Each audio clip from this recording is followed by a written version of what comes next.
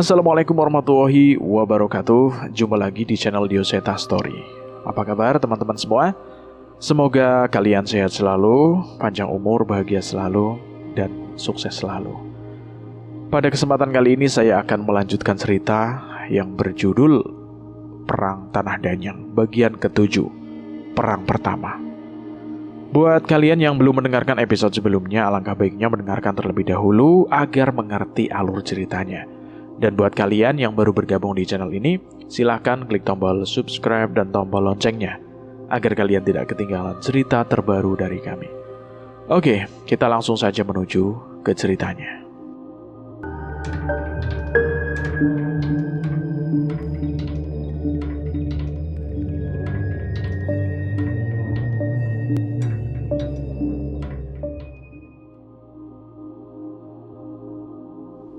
Suara derap kuda terdengar memecah keheningan malam, mendekati barak prajurit dengan cepat.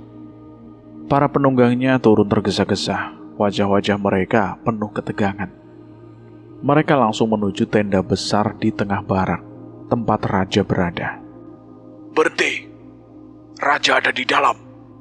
Seorang penjaga menahan mereka dengan tangan terlentang. Kami harus bertemu Yang Mulia. Ini keadaan darurat. Pemimpin mereka bersikeras. Penjaga itu memperhatikan mereka sejenak, mengenali lencana-lencana khas yang menghiasi seragam mereka. Pasukan elit Cakra Manunggal yang langsung dibawa komando Prabu Rama Wijaya. Baiklah, tunggu sebentar, ujar sang penjaga sambil memasuki tenda. Rama Wijaya telah menduduki tahta dan membangun kerajaan Dharma Wijaya sebagai kerajaan dengan pertahanan militer yang kokoh. Mereka mampu menggetarkan kerajaan besar di sekitarnya. Namun bukan itu tujuan utamanya. Perang para Danyang semakin dekat dan bertahun-tahun lamanya. Bencana semakin melanda. Tak lama kemudian mereka diizinkan masuk. Di dalam tenda, Prabu Rama Wijaya dan para patihnya nampak berkumpul, membahas sesuatu yang tampak mendesak. Pemimpin pasukan itu melangkah maju dan berkata tegas. Yang Mulia, kabar ini harus disampaikan segera. Prabu Rama Wijaya menatapnya tajam. Panglima Cakra, aku mengenalmu terlalu baik untuk tahu bahwa kau tak akan menggangguku tanpa alasan. Katakan. Dengan satu langkah cepat, Panglima Cakra mendekat dan tiba-tiba mencabut pedangnya.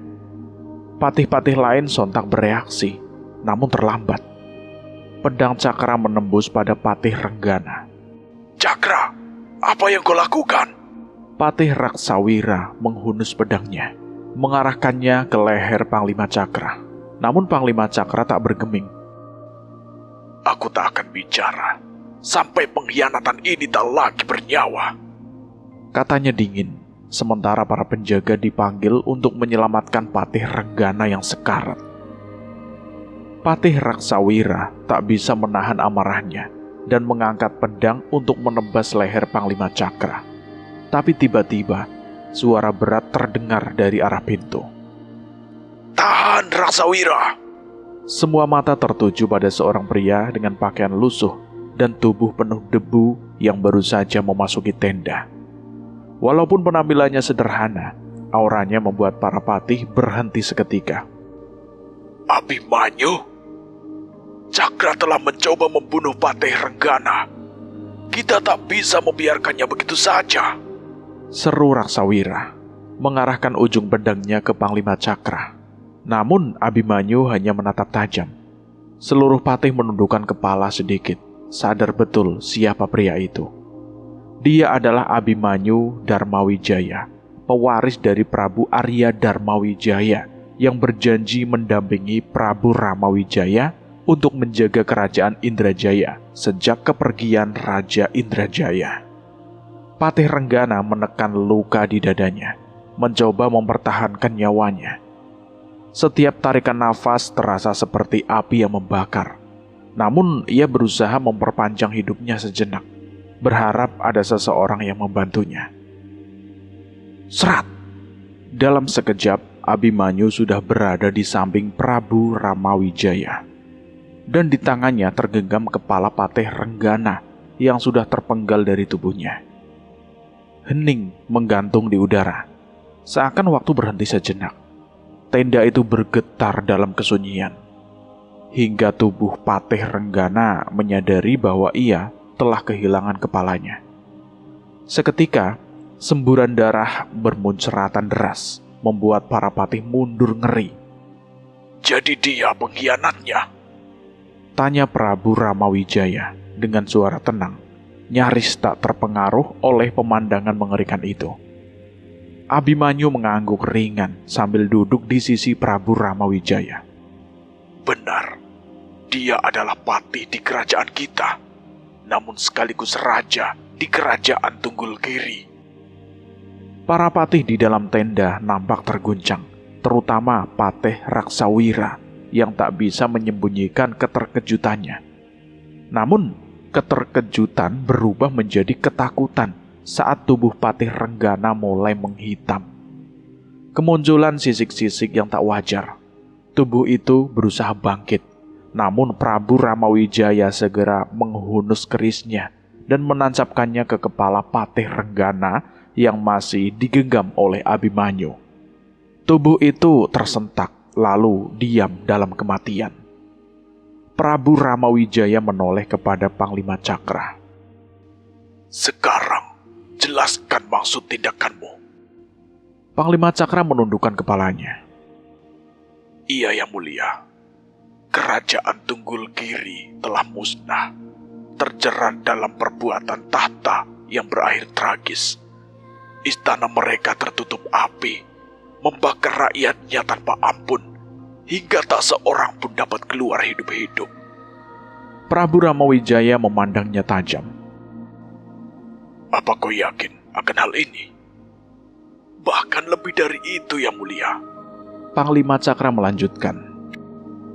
Raja Tunggulgiri hidup dengan menyamar sebagai patih di kerajaan kita. Dia berencana menjadikan rakyatnya sebagai tumbal untuk memenuhi jumlah korbannya demi makhluk dari alam kedewatan. Wajah para patih nampak geram mendengar pengkhianatan sebesar ini. Tapi mereka tetap menahan diri. Untuk siapa tumbal-tumbal itu disiapkan? Prabu Ramawijaya bertanya, suaranya tajam. Panglima Cakra terlihat berat menjawabnya, tapi ia berkata, Maaf Yang Mulia, nama itu tak mampu kusebutkan. Nama yang begitu sakral, hingga menahan kehendak. Dia adalah sosok dari alam kedewatan yang dibuang ke dunia ini. Jika dia bangkit, langkahnya akan membawa kematian. Suasana di dalam tenda semakin mencekam. Para patih yang berkumpul tak lagi hanya menyadari bahaya lagi satu kerajaan, melainkan ancaman yang bisa meluluhlantahkan seluruh negeri. Tapi apa tujuan mereka membangkitkan makhluk itu? Apa yang mereka inginkan dari kehancuran ini? Tanya Prabu Ramawijaya. Kebingungan mulai merayapi wajahnya. Tidak ada yang mereka inginkan, Yang Mulia. Para pengikut makhluk itu sudah sejak lama menitis dan menyusup ke istana. Mereka membangun kerajaan ini untuk satu tujuan, menjadikan rakyatnya tumbal bagi kebangkitan makhluk itu. Panglima Cakra menjelaskan dengan suara tegas. Prabu Ramawijaya mengarahkan pandangannya pada Abimanyu. Mereka pernah mendiskusikan hal ini, namun baru kali ini kebenaran menyakitkan itu nampak begitu jelas di hadapan mereka. Tak hanya kerajaan Tunggulgiri, Yang Mulia. Lanjut Panglima Cakra sambil membuka gulungan yang dibawanya. Di sana tergambar peta Jawa dengan aksara-aksara yang menunjukkan kerajaan-kerajaan lain yang menjadi tumbal. Mata Prabu Ramawijaya membelalak saat melihat nama kerajaan Indrajaya berada di antara daftar tersebut. Cakra, mengapa kau tidak memberitahuku sejak awal? Seru Patih Raksawira dengan wajah penuh penyesalan. Aku merasa bersalah karena telah hampir membunuhmu. Panglima Cakra tersenyum kecil tanpa sedikit pun dendam. Aku tahu kau tak akan membunuhku begitu saja, Patih. Aku percaya pada kesetiaan kalian yang ada di dalam tenda ini. Patih Raksawira nampak frustasi. Kau bisa saja mengatakan lebih awal, aku yang seharusnya membunuh pengkhianat itu. Tidak bisa. Jika dia masih hidup, dia pasti akan mendengar segala yang ingin kulaporkan. Aku tak bisa mengambil resiko. Pasukan Cakra Manunggal bahkan telah berhasil mengevakuasi sebagian rakyat dari kerajaan Tunggul Giri. Kata-katanya membuat Prabu Ramawijaya terkejut dan berdiri di singgasananya. Kau benar-benar berhasil menyelamatkan mereka. Tidak semuanya, tapi lebih dari separuh wanita dan anak-anak kini berada di tempat yang aman. Jika pengkhianatan itu mendengar kabar ini, dia pasti akan mengirim anak buahnya untuk memburu mereka lagi. Jawab Panglima Cakra. Abimanyu tersenyum sambil menggeleng, penuh kekaguman. Ia tidak menyangka bahwa Panglima Cakra tidak hanya mengungkap kebenaran, tetapi juga telah menyelamatkan ratusan nyawa. Sudahlah, sepertinya jabatan Patih lebih pantas untukmu, Cakra. Patih Raksawira akhirnya mengakui kehebatan Panglima Cakra. Ia merangkul pemuda yang baru saja hampir ia bunuh itu dengan bangga. Eyangmu Mardaya pasti bangga denganmu, Cakra. Usai laporan selesai, suasana beralih serius. Mereka mulai menyusun strategi untuk menyelidiki kerajaan-kerajaan yang disiapkan sebagai tumbal bagi kebangkitan sosok mengerikan bernama Angkara Saka, makhluk yang namanya bahkan tak bisa disebut oleh Panglima Cakra. Mereka memahami betapa berbahayanya ancaman ini. Abimanyu yang masih merenung mengambil lukisan peta Jawa itu dan mulai menandai beberapa titik di sana. Sambil menulis, ia menggumamkan kata-kata seperti mantra. Penguasa selatan, penguasa angin utara, alas wetan. Tanda demi tanda mulai muncul di peta, dan ekspresi wajahnya nampak semakin berat. Hingga akhirnya, pena di tangannya patah tanpa sengaja. Crak! Suara pena yang patah itu menggetarkan hati semua yang ada di tenda.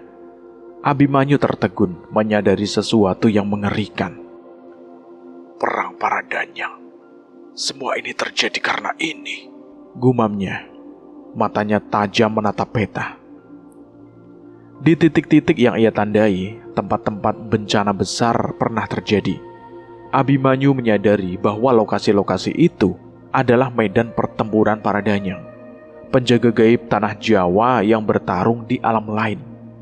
Meski pertempuran mereka tidak kasat mata, benturan energinya merusak keimbangan alam fisik. Para danyang hitam yang tersesat telah menginginkan kebangkitan Angkara Saka. Mereka ingin melenyapkan manusia dengan mengeklaim kembali tanah ini sepenuhnya. Ucap Abimanyu, tatapannya tajam. Prabu Ramawijaya mengangguk, menyadari sepenuhnya apa yang Abimanyu maksudkan. Dan para penguasa gaib Jawa lainnya mencoba menghalangi kebangkitan itu. Mereka tetap setia menjaga keseimbangan. Suasana dalam tenda berubah. Mereka menyadari bahwa pertempuran ini bukan hanya soal manusia melawan manusia, melainkan pertarungan antara kebaikan dan kegelapan yang bisa mengguncang keseimbangan dunia. Kita harus cari cara untuk memberitahu ayah dan Baswara mengenai ini, ucap Prabu Ramawijaya. Tapi prajurit yang kembali mengatakan bahwa Yang Mulia Raja Indrajaya dan yang lain telah moksa di puncak Mahameru, Yang Mulia, balas Patih Raksawira. Abimanyu tersenyum, begitu juga Prabu Ramawijaya. Mereka belum meninggalkan kita, Raksawira. Hanya saja, saat ini mereka hidup di aliran waktu yang berbeda. ucap Prabu Ramawijaya. Lubang di Pulau Jawa di zaman Wirabumi. Ombak besar menderu setiap pantai yang berbatasan dengan Pulau Jawa. Angin berhembus dengan kencang, seperti mengamuk menyambut kekuatan besar yang mendekat. Purbawengi, apa yang terjadi? Kertasukmo begitu cemas melihat tubuh Purbawengi gemetar dengan keringat dingin yang bercucuran. Sudah waktunya, Mas. Sudah waktunya. Ucap Purbawengi yang masih dalam penerawangan. Ia melihat berbagai kekacauan dan pertanda kemunculan sosok yang begitu kuat. Apakah itu dia? Sosok yang dimaksudkan oleh Prabu Ramawijaya dulu? Wirabumi memastikan. Benar. Aku tak menyangka ada sosok segelap ini. Sring! Wirabumi mencabut keris dari sarungnya, memeriksa bilahnya, dan mengikatkannya di samping pinggang. Kertasukmo mengambil tombak Panglima Brasma dan beberapa kali mengayunkannya. Ia memastikan bahwa tombak itu akan menemaninya dalam pertempuran kali ini. Anak-anak kita pun mulai bergerak. Apa yang harus kita lakukan? Mereka bocah-bocah bodoh, umpat Wirabumi. Namun Kertasukmo segera menepuk bahu Wirabumi untuk menenangkannya. Darah Sambara juga mengalir di tubuh mereka. Aku yakin mereka juga merasakan hal yang sama seperti kita, ucap Kertasukmo. Purbawengi berdiri meninggalkan penerawangannya. Ia menghampiri kedua saudaranya itu. Kalaupun kita harus ada yang mati, semoga itu hanya di antara kita. Jangan biarkan anak-anak kita bertaruh nyawa. Kertasukmo dan Wirabumi sepakat. Merekalah yang akan bertarung di garis depan dan tidak membiarkan Sambara yang lain terlibat langsung dengan perang para danyang. Tolong, anak saya masih belum kembali, teriak seorang ibu, namun warga lainnya memaksa ibu itu untuk meninggalkan desa yang sudah porak-poranda. Kita harus pergi, Bu. Tidak mungkin ada yang bisa selamat jika kita terlambat untuk pergi. Suara ruangan yang begitu keras terdengar dari dalam hutan di dekat desa itu. Kabut hitam sudah menyelimuti desa, dan yang lebih pekat akan segera datang. Saya tidak mungkin meninggalkan anak saya. Dia pergi ke hutan demi mencari makanan untuk kami, ucapnya sambil menangis. Tapi kegelapan mulai menaungi desa. Bau busuk pun semakin menyengat. Di tengah rintihan itu, tiba-tiba seseorang berlari melesat, menerjang kabut hitam itu, dan masuk ke arah desa. Di mana anak itu? Tanya Wirabumi pada Purbawengi. Arah timur. Ada 3 pohon besar yang terpisah dari pohon lainnya. Anak itu ada di sana. Mendengar arahan Purbawengi, Wirabumi melesat ke arah itu dan mendapati seorang anak laki-laki yang tengah ketakutan menanti di atas salah satu pohon. Ia terus melihat ke bawah. Ada seekor ular besar yang menaiki pohon untuk mengincarnya. Ratusan nyawa yang kalian habisi masih belum cukup. Wirabumi yang terbakar oleh emosi merobek tubuh ular itu dan mendapati sisa-sisa jasad bayi di dalam tubuhnya. Ular itu terjatuh dan merontah. Tubuhnya pun tiba-tiba terbakar dan berubah menjadi asap hitam. Oh, ular jadi-jadian? Anak itu kaget melihat kenyataan itu. Turun, Nak. Ayo turun, ucap Purbawengi menenangkan anak itu. Anak itu tak mengenali mereka bertiga, namun ia segera tahu bahwa keberadaan ketiga orang itu menyelamatkannya dari situasi itu. Bawa dia pergi jauh-jauh, teriak Wirabumi. Kertasukmo menggendong anak itu dengan cepat menuju ke arah ibunya yang begitu cemas. Suara raungan itu terdengar semalaman. Hampir di setiap rumah ada yang mati. Sebenarnya apa yang terjadi, Tuan? Sosok terkutuk akan bangkit. Peperangan besar akan terjadi. Apa kita semua akan mati, Tuan? Kertasukmo menurunkan anak itu saat sampai di mulut hutan. Siapa namamu? Nama saya Langit, Tuan. Sesampainya di desa, mereka menemukan seluruh bangunan desa sudah dipenuhi oleh ular. Kertasukmo menyadari ibu dari anak itu masih menunggu di ujung desa. Ia pun mengambil sebatang kayu, melilitkan sebuah kain di ujungnya, dan membakarnya. Sebuah mantra dibacakan di hadapan api itu, dan sesuatu yang aneh membuat api yang membara itu menjadi terasa hangat. Langit, bawa ini. Ular-ular itu tidak akan menyerangmu selama ada api ini. Pergi dan lindungi ibumu. Iya, Tuan. Terima kasih, Tuan. Anak kecil bernama Langit itu pun pergi. Ia meninggalkan Kertasukmo yang juga segera berpaling kembali menemui Wirabumi dan Purbawengi. Dari dalam hutan itu, mereka menyadari kengerian yang melanda alam manusia. Manusia tak menyadarinya. Yang terlihat hanyalah bencana yang melahap sebuah bukit hingga sebuah lubang besar tercipta di tempat itu. Namun di mata mereka, langit sudah dipenuhi makhluk-makhluk penguasa gaib yang tak pernah menampakkan wujudnya. Kalian harusnya tak perlu melibatkan diri dalam pertarungan ini. Angin berhembus membawa suara dan perlahan membentuk sosok perempuan yang melayang. Kami harus, Nyai. Alam kami yang kami pertaruhkan, jawab Purbawengi pada sosok yang mengejutkan itu. Langkah kaki tanpa wujud menapak di tanah yang mereka lalui. Telapaknya begitu besar hingga menumbangkan pepohonan di sekitar mereka. Sambara di setiap zaman memang tak pernah berubah. Suara berat dari sosok raksasa yang tak kasat mata terdengar bersama langkah kaki itu. Kekuatan kami bukan kekuatan yang bisa kalian tandingi. Cukup lakukan apa yang harus kalian dan jauhi pertarungan di dekat kalian. Raksasa itu memperingatkan mereka bertiga. Walaupun tak mengenal sosok-sosok itu, sepertinya garis keturunan Sambara tidak asing di ingatan mereka. Benturan kekuatan yang begitu besar terjadi di sebuah lubang besar di tengah hutan itu. Tanah retak, suhu tak beraturan, angin bertiup tanpa arah. Kertasukmo sudah menggenggam tombak Panglima Brasma dan mempersiapkan mantra yang berhasil mereka temukan. Kita maju sekarang! Mantra yang Kertasukmo bacakan membuat ukiran aksara di kayu. Tombak itu menyala dan membuat mata tombak itu berpijar. Kekuatannya yang begitu besar mendorong tombak itu melesat, memecah batas ruang hingga sebuah retakan di udara terbentuk. Tanpa menunggu aba-aba, mereka bertiga masuk ke alam terlarang di mana tak sepantasnya manusia berada di sana.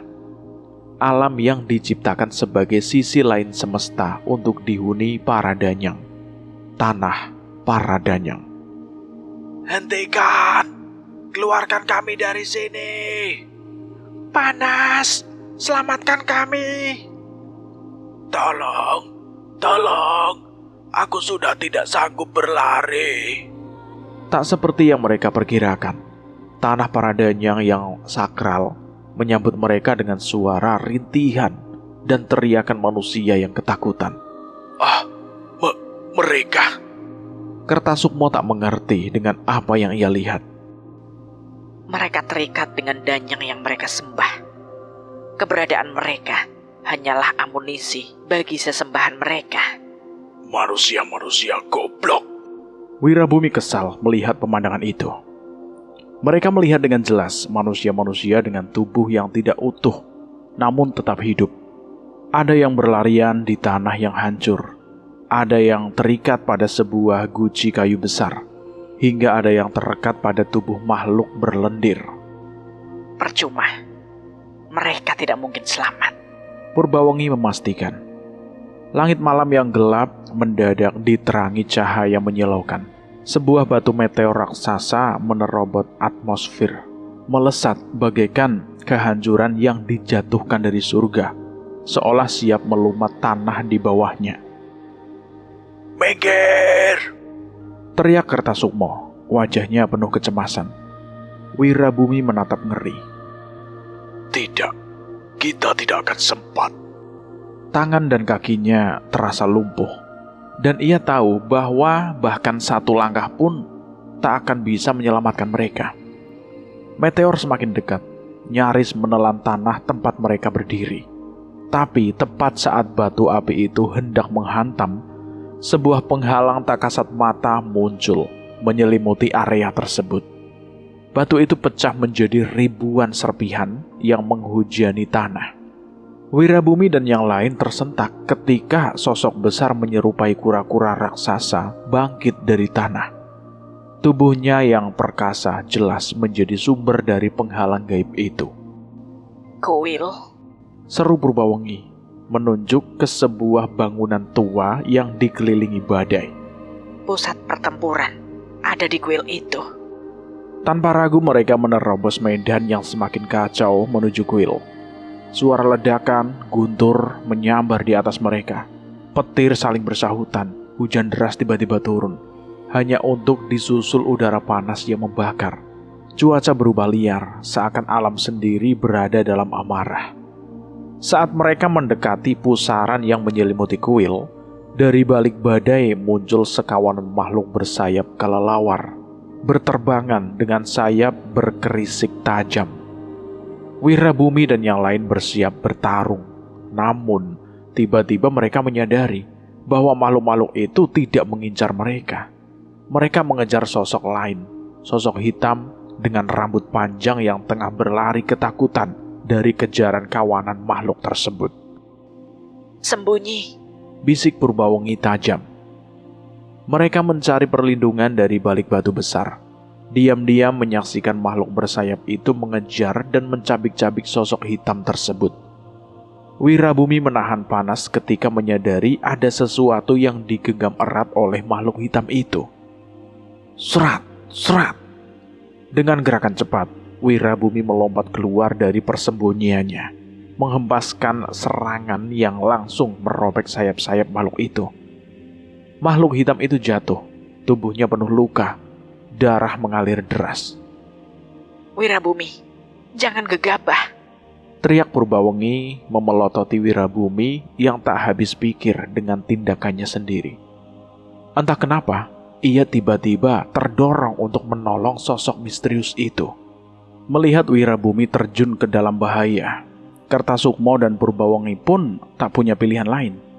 Tombak di tangan Kertasukmo menyala merah, dan dengan ayunan yang mematikan, ia menembus tubuh 3 makhluk bersayap sekaligus, membakar mereka jadi abu. Purbawengi bergerak lincah bak penari. Setiap kali ia menghindar, kepala makhluk-makhluk terbang itu pecah satu persatu tanpa ia sentuh. Sementara itu Wirabumi menghancurkan sisa makhluk dengan ganas, mengumpulkan kepala mereka dan menumpuknya dengan dingin. Saat memastikan tak ada lagi yang tersisa, ia kembali ke sisa makhluk hitam yang sekarat itu. Di tangan sosok tersebut tersembunyi sebuah benda yang ia lindungi mati-matian. Sebuah mahkota, terlihat megah bahkan di tengah darah yang membasahi permata-permatanya. Namun sebelum mereka sempat memahami apa yang terjadi, sebuah sosok perempuan melayang turun dari langit dengan anggun. Ia mengenakan kebaya hitam, selendangnya berkibar menambah kesan mistis. Berani sekali kau membawa pusaka Ratu Ular. Suaranya menggema penuh kemarahan. Tatapannya yang tajam menghujam Wirabumi dan yang lainnya, seolah menyampaikan kutukan yang siap membinasakan. Di hadapan Wirabumi terjadi hal yang begitu luar biasa. Pemandangan yang tak pernah ia bayangkan akan dilihatnya dalam hidup ini. Pohon-pohon yang tumbang tiba-tiba melayang, berputar dan dilemparkan dengan kekuatan luar biasa atas kendali sosok danyang hitam. Wirabumi tak membuang waktu, segera mengangkat tubuh makhluk hitam yang terluka itu dan mencoba menghindar dari pohon-pohon yang menghujani mereka. Namun usaha itu tidak cukup. Sosok danyang hitam tetap mengejar mereka dengan kekuatan yang semakin menakutkan. Dasar tikus-tikus kurang ajar. Danyang itu memekik, penuh amarah. Wajahnya yang gelap menghitam dan dengan satu hentakan energi Tekanan dahsyat muncul, membuat Wirabumi dan yang lain terhempas jatuh. Bahkan untuk bangkit pun mereka merasa seperti tertindih oleh beban yang tak terlihat. Kekuatannya begitu besar, begitu luar biasa. Apakah selisih kekuatan kita sebesar ini? Gumam Kertasukmo diliputi ketakutan yang menggigit. Namun tidak dengan Wirabumi.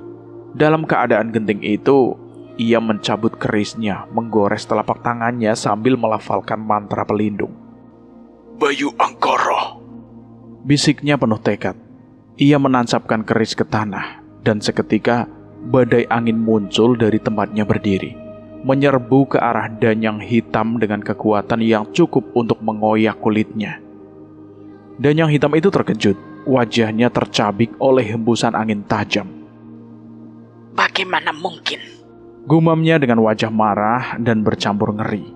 Namun ia kembali melawan dengan energi gaibnya yang mendorong angin Wirabumi, menghancurkan pepohonan di sekitar mereka, hingga akhirnya Wirabumi terpental jauh. Cuy, kekuatanmu hanya pemberian. Tak akan mampu menandingi kekuatan Danyang, pemilik sebenarnya. Jangan sombong dengan kekuatan lemahmu itu. Ejek Danyang Hitam semakin murka. Wirabumi dalam kondisi yang semakin melemah, berusaha keras untuk tetap bertahan, namun tak kuasa menghadapi kekuatan yang luar biasa itu. Matilah. Pusaka Ratu Ular harus kembali ke tempatnya. Teriak Danyang itu menyeringai. Seketika langit menjadi gelap, atmosfer di sekeliling mereka berubah mencekam. Tiba-tiba mereka merasakan sesuatu yang mengerikan. Darah segar mulai menetes dari mata mereka. Purbawangi, seru Wirabumi panik. Tidak, aku tidak bisa menahan kutukan ini. Teriak Purbawangi, wajahnya berkeriput, menahan rasa sakit dan keputusasaan. Danyang Hitam itu tersenyum penuh kemenangan, meyakini bahwa ia telah meraih tujuannya. Namun tiba-tiba, angin berhembus kencang, jauh lebih kuat dari sebelumnya, menghantam Danyang Hitam dan mengusir kutukannya. Danyang itu terkejut, lalu menatap ke arah hutan dengan kemarahan bercampur ketakutan. Kau bilang kekuatanku lemah. Suara tajam dan anggun terdengar di udara. Dari balik bayang-bayang pohon, muncul sosok perempuan yang anggun dengan selendang berkilauan, penuh kekuatan.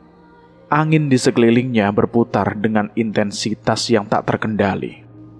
Pusaka Cempaka. Gumam Danyang Hitam, suaranya merendah untuk pertama kalinya. Kanjeng Ratu Puspa Cempaka melangkah maju menatap Wirabumi. Aku merasakan anginku di tempat ini. Tak kusangka kau yang memanggilnya. Ucapnya dengan lembut pada Wirabumi. Kanjeng Ratu, kau telah menyelamatkanku 2 kali. Balas Wirabumi dengan penuh rasa hormat. Tidak ada alasan untuk tidak melindungi mereka yang memilih berjalan di jalan kebenaran. Jawab Kanjeng Ratu Puspa Cempaka. Kemudian ia menatap tajam ke arah Danyang Hitam. Biarkan aku yang menangani Nyai Durgati. Nyai Durgati mengendus. Kau melawanku demi manusia. Kau benar-benar bodoh, Puspa Cempaka. Manusia hanya merusak alam yang kita lindungi, sementara kita mengambil alih mereka, bukan melindungi. Namun Kanjeng Ratu tidak terpengaruh. Dengan gerakan halus, ia mengayunkan selendangnya, menciptakan badai angin yang menerbangkan Nyai Durgati hingga sosok itu terhempas jauh. Bodoh! Kau bodoh! Nyai Durgati berteriak, penuh kemarahan. Sementara pertempuran antara 2 kekuatan gaib itu memanas, Wirabumi kembali memeriksa kondisi makhluk hitam yang terluka di sampingnya. Makhluk itu menatapnya dengan pandangan lemah dan berbisik. Jika 2 mahkota bersatu, ia akan bangkit. Alam manusia akan hancur. Aku tidak berkhianat kepada Danyang Hitam, tapi aku tidak akan mengkhianati Sang Pencipta. Mendengar kata-kata itu, seketika Purbawengi mendapat penglihatan, penerawangan tentang takdir yang mungkin terjadi jika dua mahkota itu bersatu. Wasangkala, apa itu namamu? Wasangkala dengan nafas yang berat dan tubuhnya penuh luka, mengangguk lemah. Purbawengi menjelaskan bahwa Wasangkala salah satu dari Danyang Hitam. Ia telah berkhianat terhadap kaumnya dengan mencuri pusaka Ratu Ular, mahkota penuh energi yang berfungsi sebagai segel alam kedewatan. Energi dalam pusaka itu begitu besar, cukup untuk mencegah kebangkitan Angkara Saka. Aku tidak berpihak pada manusia. Tugas kami adalah menjaga keseimbangan, bukan menguasainya. Bisik Wisangkala sambil berusaha menenangkan dirinya.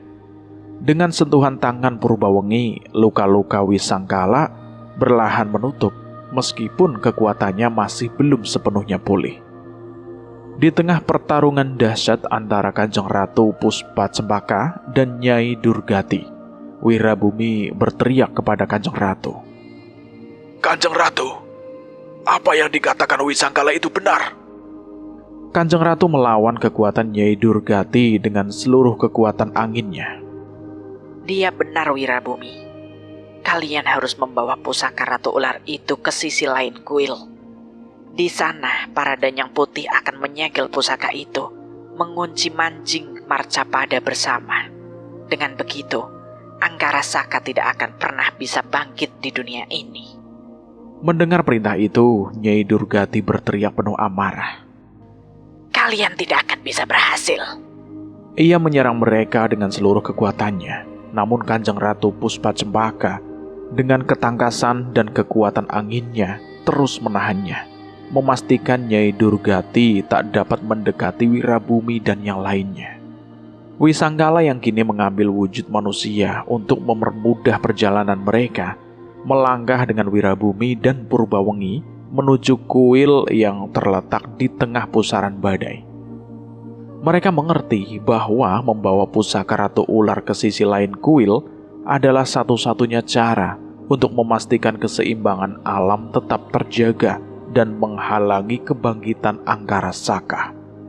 Di bawah ancaman kekuatan gelap yang tak henti-hentinya mengincar, mereka bergerak dengan hati-hati, menyadari bahwa setiap langkah membawa mereka lebih dekat pada takdir yang akan menentukan nasib dunia.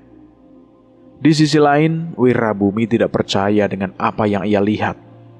Pertarungan para Danyang tidak hanya terjadi di antara Danyang Hitam dan Putih. Di tengah kekuatan yang begitu besar itu, ada sekelompok manusia yang bertarung di sana.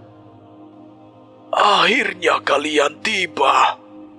Seorang kakek tua bertelanjang dada dengan tubuh yang kekar, terengah-engah setelah menghadapi sebuah serangan besar menghancurkan kuil. Tidak mungkin. Purbawengi tidak percaya dengan apa yang ia lihat. Sosok di depannya adalah sosok besar yang ia kagumi di masa kecilnya. Apa tombakku membantumu? Sosok tua lain muncul menghampiri Kertasukmo. Ia masih berjuang dengan sisa-sisa pakaian kerajaan yang sudah hancur. Kertasukmo sangat mengenali sosok itu, walau dengan raganya yang sudah tua. Sementara itu Wirabumi tak bisa berhenti memandang sosok yang berani maju seorang diri di pertempuran di hadapannya. Jagat bara telah bangkit sepenuhnya. Bola api membara melesat dari tubuhnya mengincar sosok di hadapannya. Dewi Agni membalas dengan semburan api hitam, tapi bukan itu yang membuatnya terpaku. Seorang manusia maju ke titik pertemuan serangan itu bersama seekor kera tua yang melayang. Ia melompat menerima serangan itu. Kekuatan dari kera itu melapisi tubuhnya hingga dengan sapuan tendangan, benturan kekuatan itu terpental ke langit. Langit seolah terbakar ketika kekuatan kedua Danyang itu pecah di langit. Pangeran Baswara, Gumam Wirabumi takjub. Raja Indrajaya, Panglima Baswara, bagaimana mungkin kalian masih hidup? Purbawangi tak percaya dengan apa yang ada di hadapannya. Ketiga sosok yang telah lama menghilang itu terlihat begitu lelah. Purbawangi tidak mengerti bagaimana mereka bisa bertahan hingga dipertemukan di alam ini. Kalian sudah menua ternyata. Selama itukah kita meninggalkan alam manusia? Tanya Raja Indrajaya. Benar. Kami baru beberapa tahun di alam ini. Ternyata cukup menyakitkan saat mengetahui cucu-cucu kita sudah menua. Ucap Panglima Brasma. Purbawangi, biarkan mereka istirahat. Rawat mereka. Biar kita menggantikan mereka. Kata Wirabumi. Wisangkala menarik pakaian Purbawangi dan menunjukkan mahkota yang terus ia bawa. Saat itu Raja Indrajaya menyadari pusaka Ratu Ular yang dibawa oleh Wisangkala. Itu. Benar Yang Mulia. Wisangkala yang membawa pusaka ini dari perlindungan Danyang Hitam. Jelas Purbawangi sambil mencoba memulihkan luka-luka Panglima Brasma dan Raja Indrajaya. Ini benar-benar pusaka Ratu Ular. Dengan benda ini, mungkin kita bisa menghentikan peperangan ini. Wajah Indrajaya berubah bersemangat. Sementara itu, api Jagat Bara kembali membara. Ia mengobarkan api dengan penuh amarah. Sementara Dewi Agni terus mengamuk. Sayangnya Baswara kewalahan. Ia belum siap menangkal serangan itu sekali lagi. Sial! Baswara berusaha menumpulkan kekuatannya secepat mungkin. Jagat lelembut boten duwe wujud. Surga loka surga kayangan. Langit lan bumi nyawiji. Geni angkara nyanding sukmo. Sebuah keris melesat dan menancap di tanah. Mantra Wirabumi membuat keris itu menyala. Dan angin kencang menarik kedua api yang saling beradu itu masuk ke dalam keris itu. Keris itu? Wirabumi? Baswara menyadari keberadaan Wirabumi dan kembali membangun kekuatan. Aku benci melihat pangeran yang membuang tahtanya dan bertarung sendiri seperti merasa yang paling kuat. Ucap Wirabumi berusaha menahan rasa senangnya. Sejak kapan kau belajar lancang seperti itu, Wirabumi? Jangan lupa, saat ini umur kita tak jauh berbeda. Aku bukan anak kecil lemah seperti dulu. Wirabumi benar-benar tidak bisa menyampaikan rasa khawatirnya. Baswara adalah sahabat eyangnya, Daryana, yang ia kagumi. Kalau begitu, buktikan. Balas Baswara. Kegilaan terjadi di sana. Wirabumi dan Baswara menangkal berbagai serangan yang mengarah kepada kuil dan yang membuka celah ke alam manusia. Wirabumi baru sadar jika bencana yang terjadi di alamnya saat ini mungkin sudah memusnahkan banyak manusia jika Baswara dan yang lain tidak menahannya. Tapi berbeda saat kemudian Wirabumi dikagetkan dengan bukit yang tumbuh dengan sendirinya. Di langit masih ada gemuruh petir yang berasal dari sosok menyerupai kuda hitam dengan 2 tanduk di kepalanya. Pertarungan Ratu Puspa Cempaka dan Nyai Durgati pun sudah sampai di tempat mereka berada. Saat bebatuan berjatuhan, seekor naga melayang memunculkan dinding ombak menghalau bebatuan dari Kalabuto. Bawa pusaka itu ke dalam kuil. Segel pusaka itu untuk selamanya. Teriak Dewi Naganingrum yang menyadari mahkota itu kini berada di tangan Raja Indrajaya. Menerima perintah itu, Raja Indrajaya pun menyudahi pemulihannya. Ia membawa mahkota itu berlari menembus berbagai kekacauan yang ada di sana. Dewi Naganingrum merubah wujudnya menjadi manusia dan menahan setiap serangan yang mengarah kepada mereka. Jangan berani-berani, teriak Kalabuto yang melemparkan sebuah bukit ke arah kuil itu. Wirabumi melihat tertegun melihat bukit yang melayang ke arahnya. Baswara pun tercengang. Mereka merasa tak ada jalan untuk selamat dari serangan itu. Ombak Naganingrum hingga angin Puspa Cempaka benar-benar dipecundangi saat mencoba menahan bukit yang akan melumat mereka. Tapi belum sempat bukit itu sampai ke tanah, tiba-tiba bukit itu berhenti di udara. Ada sosok tak kasat mata yang menghentikan bukit itu di udara. Jangan takut, Buto Jayaloka sudah datang. Wirabumi mengingat tawa itu. Itu adalah sosok raksasa besar yang melewatinya saat hendak memasuki celah tanah para danyang. Kita selamat. Baswara terlihat benar-benar cemas. Tak ada waktu. Kita harus segera menyegel pusaka Ratu Ular dan mancing mercapada bersamaan. Teriak Baswara. Kedatangan Buto Jayaloka merubah alur pertarungan. Baswara dan Wirabumi pun memilih bertaruh untuk meninggalkan pertarungan itu dan mengawal Raja Indrajaya bersama yang lainnya. Di dalam kuil batu itu, ratusan ular sudah menanti bersama seekor ular besar bertanduk yang sudah bersiap melahap mereka. Tapi Dewi Naganingrum tidak membiarkan sosok itu menyentuh Raja Indrajaya dan yang lainnya. Dengan kemampuannya, darah dari tubuh ular itu mengalir keluar dengan kekuatan Dewi Naganingrum. Jika kau menyegel pusaka itu, kita tidak akan pernah memiliki tempat di alam manusia. Suara Kalabuto terdengar menggema hingga ke dalam. Kita bisa membuktikan bahwa kita para danyang adalah makhluk yang lebih mulia dari manusia.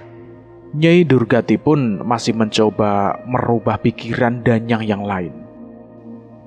Tapi apa artinya jika itu menjadi akhir dari alam ini? Suara Wisangkala terdengar membalas dayang-dayang itu. Ia berdiri di hadapan kuil menyaksikan kejadian yang bisa membinasakan alam ini. Pengkhianat, ucap Nyai Durgati.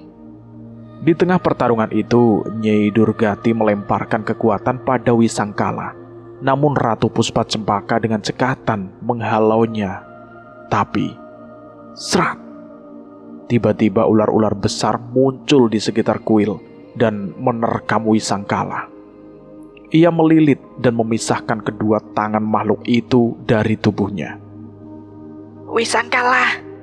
Purbawangi menyadari keadaan Wisangkala dengan penerawangannya. Ia menahan langkahnya, namun Kertasukma menariknya kembali. Ini bukan saatnya, Purbawangi. Kanjeng Ratu Puspa Cempaka marah. Tanaman tubuh dengan cepat melilit ular itu dan membunuhnya hingga mati. Sebuah pohon menangkap tubuh Wisangkala yang berada di penghujung nyawa. Kau tidak pantas mati seperti ini. Ini pasti akan menyelamatkanmu, ucap Puspa Cempaka pada Wisangkala. Tubuh yang hampir kehilangan kesadaran itu pun terlilit oleh akar-akaran dan masuk ke dalam tanah. Melihat hal itu, Purbawangi merasa cukup tenang. Mereka pun tiba di sebuah ruangan yang masih berdinding batu goa dan suara pertarungan pun terdengar di sana. Apa yang terjadi di sana? Tanya Wirabumi cemas. Mancing marcapada disimpan di sana. Dan yang hitam dan yang lain. Dan Ratu Segrani mencoba merebutnya untuk melepaskan Angkara Saka dengan kekuatan kedua pusaka ini. Jelas Baswara. Lalu siapa yang melindungi pusaka itu? Tanya Kertasukma. Orang bodoh yang tak pernah memikirkan dirinya sendiri, jawab Baswara. Kertasukma tak mengerti sampai saat mereka semakin dekat ke ruangan itu dan melihat sosok yang bertarung seorang diri melawan pasukan prajurit kerajaan yang dipimpin oleh seorang ratu. Ratu Segrani, dia sudah sampai di sini, geram Indrajaya.